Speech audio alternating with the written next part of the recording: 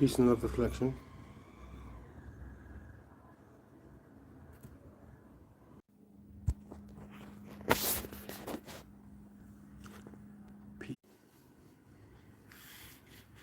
Peace and love. Peace and love. It's how the Creator sees us.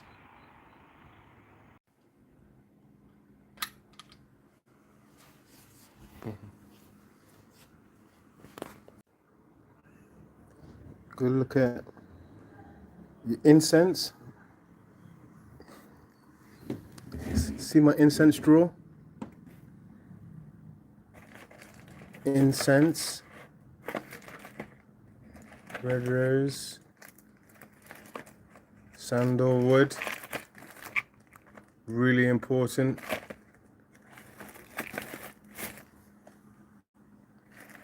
You got amber, sandalwood, royalty. Booyah!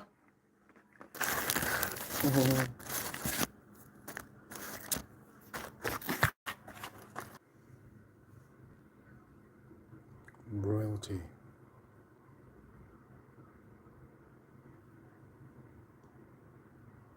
Ooh. Could be me.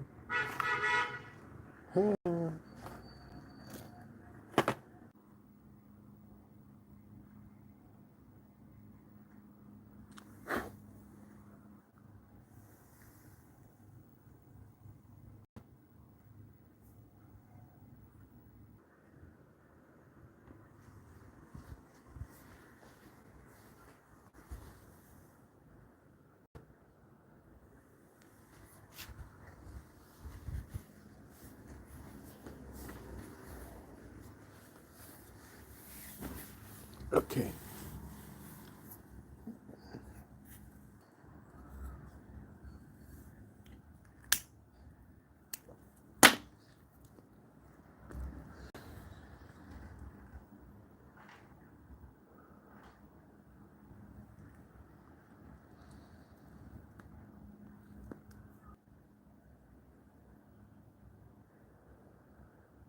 I'm live, am I? I'm live. Right now? Live. And I keep getting reconnected. Is it live? Is it live right now? Reconnected. Stop fucking with me. It's a live stream. Just play it live.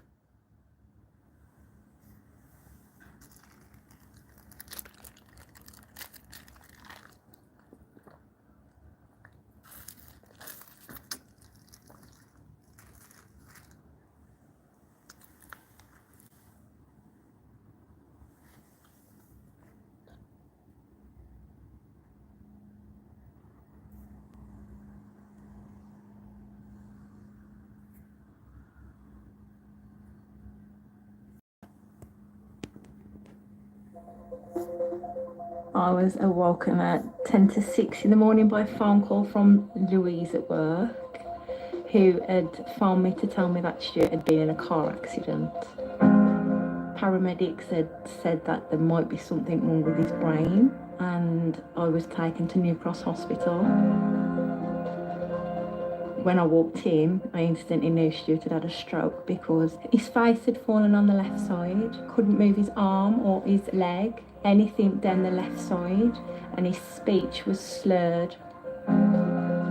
They kept taking him for different scans, and they were like, we think he may have had a stroke, we think he's got a blood clot. After they did a third scan, worked on my body, but it just didn't work. When Stuart came to hospital, he was found to have a large stroke, which actually caused blockage of one of the main vessels of his brain.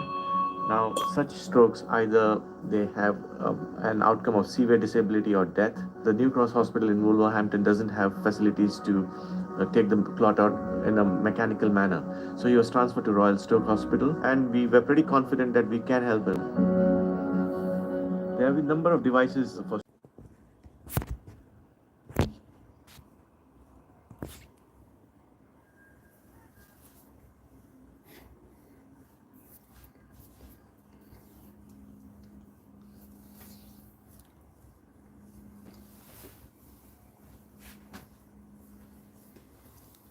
It was part of my life plan.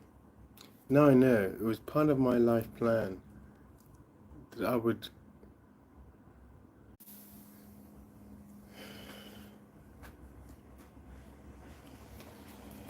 Please let the fucking video run, please. Fucking hell, please. I just want to talk.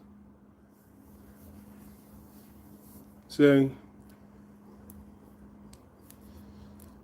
I died during childbirth. I literally died. But then somehow I miraculously survived during childbirth. Can you see the scar on my head? That was done when I was walking at 7 months. Scar on my head, like a bullet hole.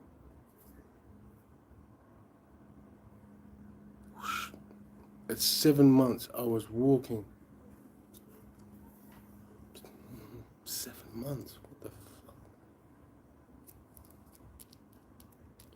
And I've been in hospital a lot. Hemophilia, we'll talk about that later. Hospital a lot. Missed a lot of school, thank God.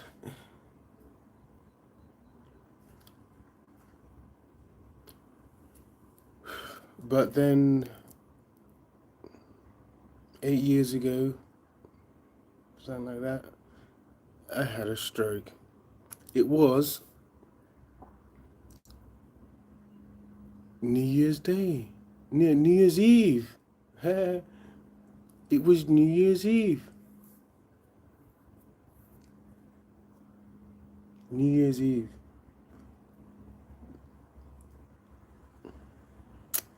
Something was bugging my mind, like New Year's Eve just had to happen on that day. Why? And then years later, it's all made clear to me. It's all been in my life plan. He died, got risen. Died, got risen. So 8 years ago, I had a stroke.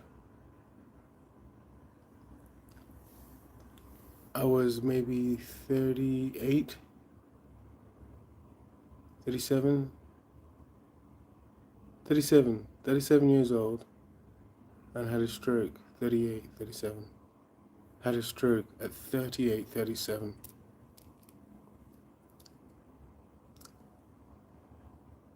I wasn't really abusing my body.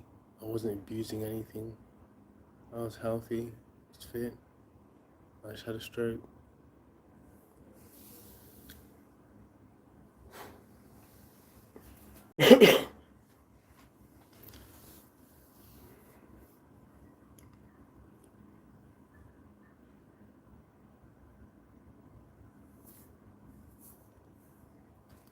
The stroke was, I remember it.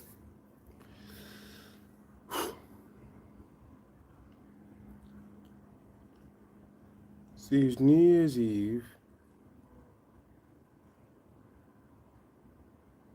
I was with my girlfriend at the time, the Polish ex, remember?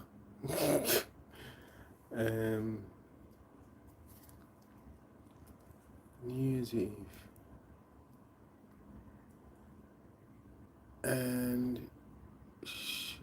we were in bed and she asked me to get her a glass of water.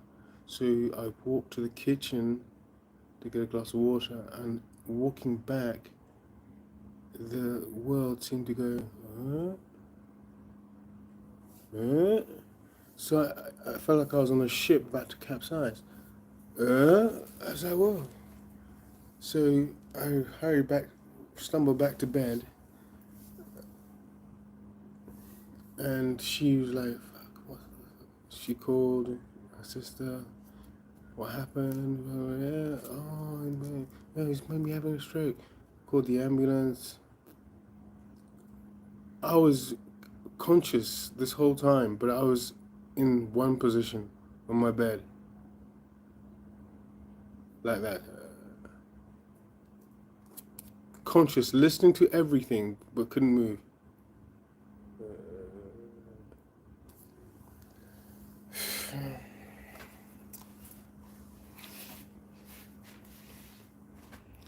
So this is all done like 3, 4 in the morning. So they got an ambulance. They got me in the back of an ambulance. Took me to the hospital. I was awake. I could hear everything, but I was just meditating.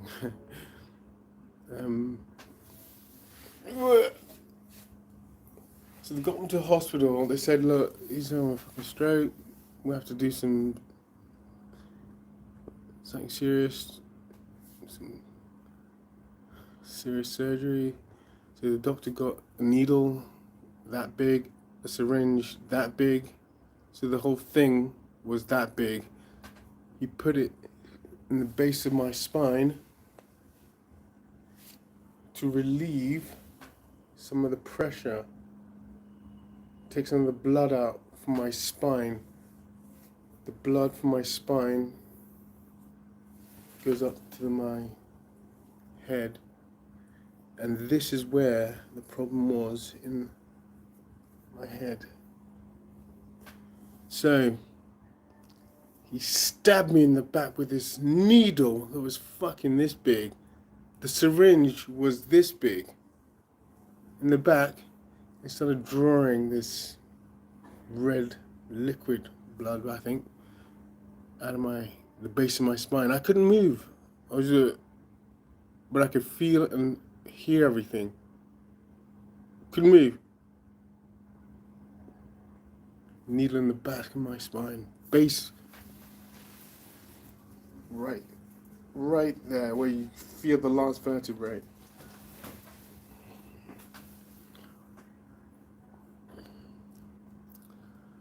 So then I fell asleep. So I woke up like maybe a week and a half later, maybe. I was awake before the week and a half, but I didn't remember it.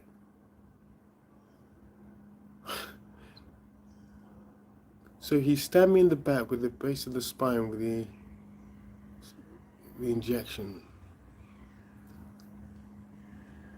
And then I was recovering for a week and a half, but I didn't remember that week and a half. My family were visiting me for the week and a half. I didn't remember them visiting me. They were telling me stories about me in that week and a half. I didn't remember the stories. They were showing me pictures of that week and a half. I didn't remember what I was doing. So a week and a half passed, and I was like fucked up. Half my body was, I couldn't move it. Half my body.